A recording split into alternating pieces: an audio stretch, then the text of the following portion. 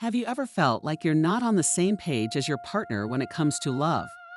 Like you're giving it all you've got, but somehow something's missing? Let's talk about love languages, the secret key that could completely change how you connect with your partner. If you've ever wondered why your partner doesn't seem to feel loved, even when you're putting in the effort, or why you feel disconnected despite all they're doing for you, this video is for you. By the end of this, you'll know exactly what love language you and your partner speak, and how understanding it can make your relationship stronger than ever. Let's start with a simple question. What exactly is a love language? Think of it as the way you express love and the way you want to receive it. The concept comes from Dr. Gary Chapman, who identified 5 distinct love languages: words of affirmation, quality time, acts of service, physical touch, and receiving gifts. Each language reflects a different way of giving and receiving love, and most people have a primary language that resonates most with them. Now, here's the challenge. When you and your partner don't speak the same love language, it's easy for love signals to get lost in translation. You might be pouring love into the relationship in ways that don't quite hit the mark for your partner, and vice versa. But once you identify your love languages, it's like a light bulb goes off. Suddenly, you're able to understand each other on a whole new level. Let's break down each love language, starting with words of affirmation. This love language is all about verbal expression.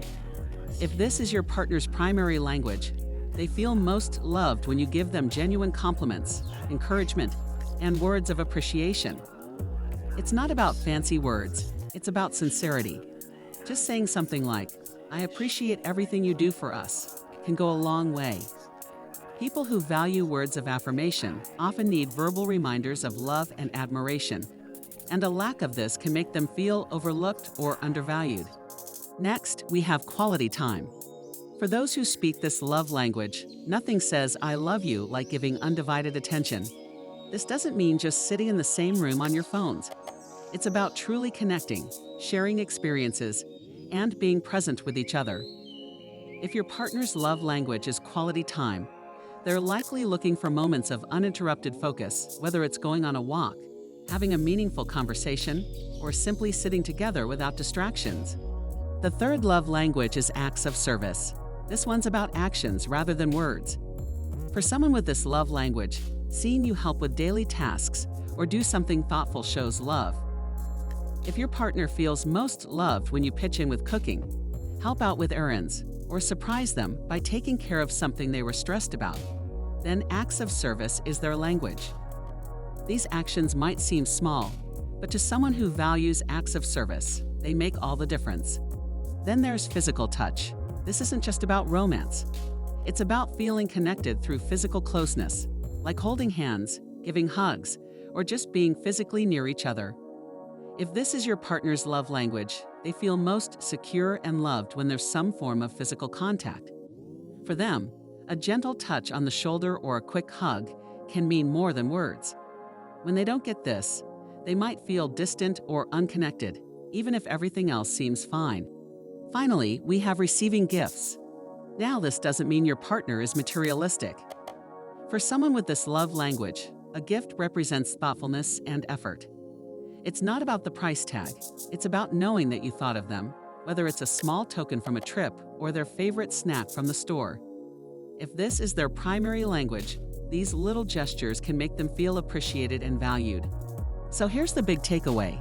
It's easy to assume that everyone experiences love the same way we do. But in reality, each person has a unique love language. And if we're speaking different languages, we can miss each other's love completely, even when we're giving it our all. Now, the magic really happens when you start speaking each other's love languages. If your partner's language is words of affirmation, try telling them something you genuinely appreciate every day.